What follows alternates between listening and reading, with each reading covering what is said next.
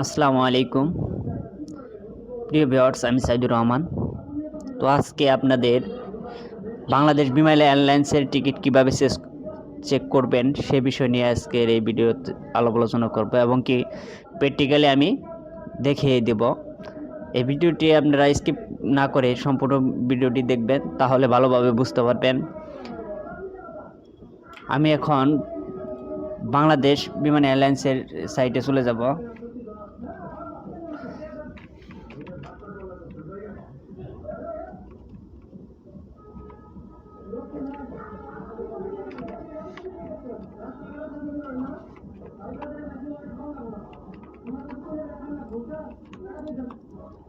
তো আমি বাংলাদেশ বিমান এয়ারলাইন্সের সাইটে চলে গেলাম। এটাতে ক্লিক করব। আমি ক্লিক দেওয়ার পরে একটু ভেরিফাই হচ্ছে, তো ভেরিফাই হওয়ার পরে চলে আসবে, মানে সার্ভারে একটু প্রবলেম, এই জন্য একটু সময় নিচ্ছে। তো অলরেডি আমার এখানে দেখেন চলে আসছে আর কি। তো এখানে চলে আসার পরে ক্লোজ করে দিই। এটা আমি ক্লোজ করে দেওয়ার পর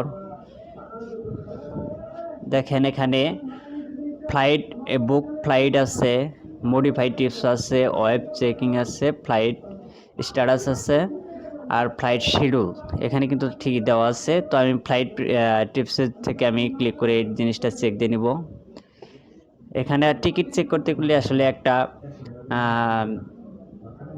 পিনিয়ার নাম্বার কোড থাকে, সেই কোড দিয়ে কিন্তু 6 সংখ্যার কোড থাকে, সেই কোড দিয়ে কিন্তু আমার চেক করতে হবে। সেক্ষেত্রে আমি প্রিমিয়াম কোডটি এখানে আমার দেওয়া আছে, তো আমি এখানে দিয়ে নিলাম।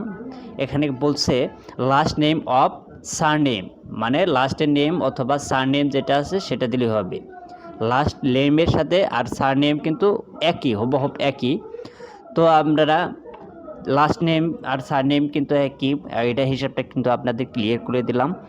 তো আমি লাস্ট নেমটা দিয়ে দিচ্ছি।